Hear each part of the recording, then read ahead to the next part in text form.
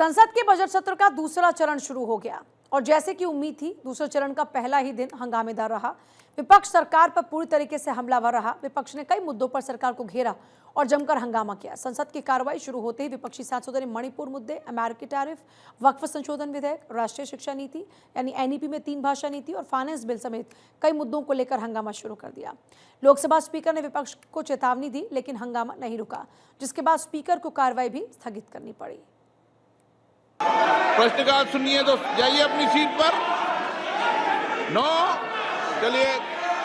माननीय सभापति महोदय, वह तरीका आप अगर अपनाएंगे तो मुझे कार्रवाई करनी पड़ेगी। संसद के बजट सत्र के दूसरे हाफ में सरकार का फोकस कई बिल को पास कराने पर रहा, जिसमें वक्फ संशोधन विधेयक को पास कराना, वित्त विधेयक 2025 को पास कराना, इनकम टैक्स बिल 2025 को पास कराना, मणिपुर का बजट पास कराना, इन समेत मंत्रालयों के अनुदान मांगों को मंजूरी दिलाना शामिल है।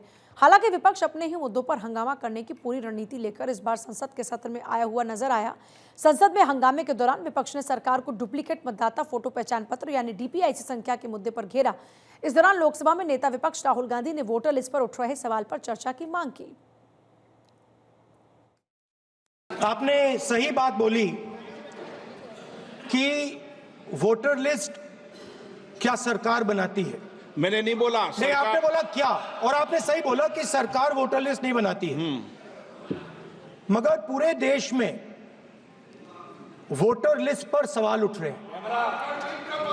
हर स्टेट में, हर ऑपोजिशन के स्टेट में और महाराष्ट्र में black and white voter list पे सवाल उठे हैं। तो पूरा ऑपोजिशन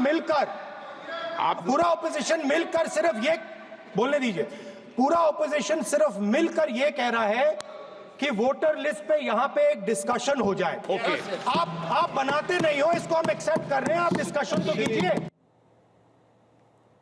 विपक्षी नेता डुप्लीकेट मतदाता पहचान पत्र, अमेरिकी फंडिंग के मुद्दों पर नोटिस खारिज किए जाने से नाराज थे, जिसके चलते उन्होंने राज्यसभा से वॉकआउट कर दिया।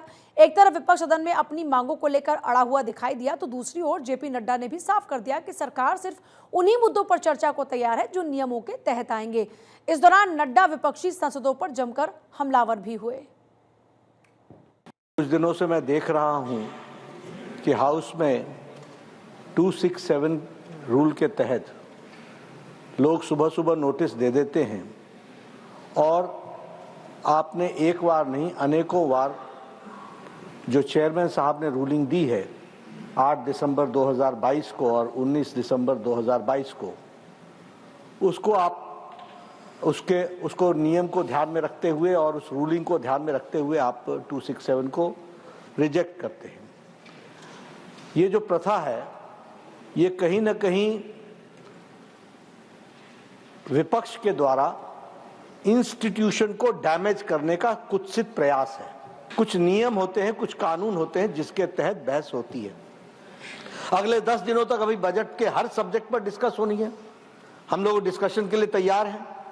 उसमें सबको बहुत मौका मिलने वाला है। इनकी समय संख्या के साथ जितना भी मौका मिलेगा इनको मिलेगा। सदन में कांग्रेस और बीजेपी के सांसद आमने सामने आते दिखे, तो दूसरी ओर कर्नाटका से राज्यसभा सांसद अजय माकन ने भी सरकार पर हमला बोला। उन्होंने कहा कि चुनाव से पहले एकदम वोटर लिस्ट से नाम कट जाते हैं, अचानक नए नाम जुड़ जाते हैं। ऐसे में सदन में इस पर चर्चा होनी जरूरी हो जाती है। लोगों ने, कांग्रेस पार्टी के सदस्यों ने और टीएमसी ने भी दिया था और बहुत महत्वपूर्ण विषय है कि खुद इलेक्शन कमीशन ने ये माना है कि voters epic number, same voter epic number Hindustan के अलग अलग राज्यों के अंदर अलग अलग लोगों के हैं, लेकिन वोटर्स आईडी नंबर सेम है। उसी प्रकार से हम लोग भी ये कह रहे हैं कि ना केवल सेम एपिक नंबर अलग अलग लोगों के हैं, बल्कि एक आदमी के अलग अलग एपिक नंबर से भी अलग अलग जगह के ऊपर वोट बने हुए हैं। तीसरा, इसके अंदर एकदम से चुनाव से पहले वोटर्स लिस्ट से नाम कट जाते हैं, एकदम से वोटर्स लिस्ट में से नाम ऐड हो जाते हैं चुनाव के आने से पहले। तो ये सारी की सारी चीजों के ऊपर चर्चा होनी चाहिए, क्योंकि ये लोकतंत्र के ऊपर एक बहुत बड़ा प्रश्न चिन्ह है। अगर हम लोकतंत्र के ऊपर प्रश्न चिन्ह खुद इलेक्शन कमीशन ये मान रहा है, उसकी चर्चा हम लोकतंत्र के मंदिर राज्यसभा में नहीं कर सकते, तो फिर कब करेंगे? दुख की बात यह है कि इस विषय को भी, इतने महत्वपूर्ण विषय के ऊपर भी चर्चा करने से हमारे अध्यक्ष महोदय ने, सभापति महोदय ने राज्यसभा में मना कर दिया। इसलिए हम सबके सब लोगों ने वॉकआउट किया है और इस विषय को हम लोग उठाते रहेंगे। तो एक तरफ कांग्रेस वोटर लिस्ट पर हमलावर रही, तो इस सत्र में राष्ट्रीय शिक्षा नीति यानी एनईपी में 3 भाषा नीति को लेकर भी विवाद गहराता नजर आया। राष्ट्रीय शिक्षा नीति को लेकर द्रमुक सदस्यों के हंगामे के चलते सदन की कार्रवाई आधे घंटे के लिए स्थगित हुई। शिक्षा मंत्री धर्मेंद्र प्रधान ने विपक्षी दल पर तमिलनाडु के छात्रों के भविष्य को बर्बाद करने का आरोप लगाया। संसद के बजट सत्र के दूसरे चरण की कार्रवाई के दौरान पीएम श्री योजना को लेकर द्रमुक सांसद टी सुमति के प्रश्न पर शिक्षा मंत्री धर्मेंद्र प्रधान के जवाब पर द्रमुक सदस्यों ने हंगामा शुरू कर दिया। ये केवल एक हो हल्ला करके एक विषय को भ्रमित करना चाहते हैं। मैं आज भी कहा, विनम्रता से कहा, आज 10 मार्च है, इसी फाइनेंशियल ईयर की और 20-21 दिन बाकी है।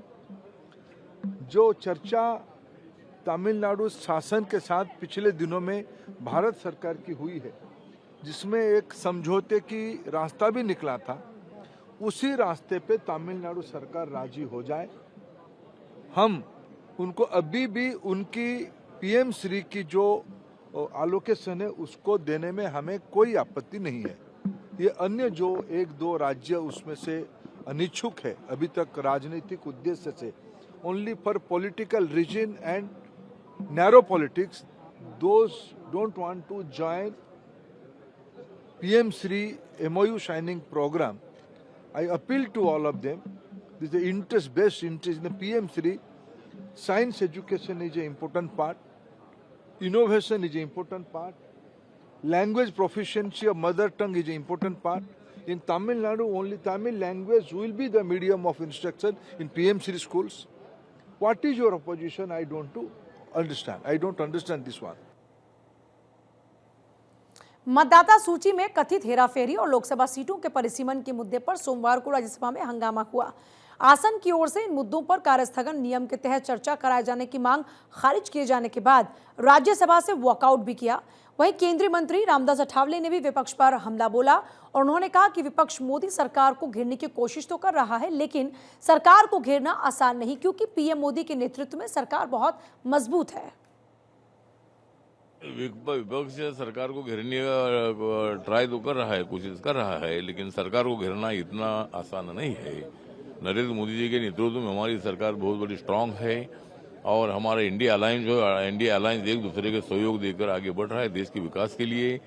तो जो मुद्दे अच्छे हैं उसको विपक्षी दलों ने सपोर्ट करने की आवश्यकता है। हर मुद्दे को घेरने का उनका तरीका लोकतंत्र के खिलाफ है और इसीलिए वो कितना भी घेरने का प्रयत्न करे, लेकिन हमने विपक्ष को घेर लिया है।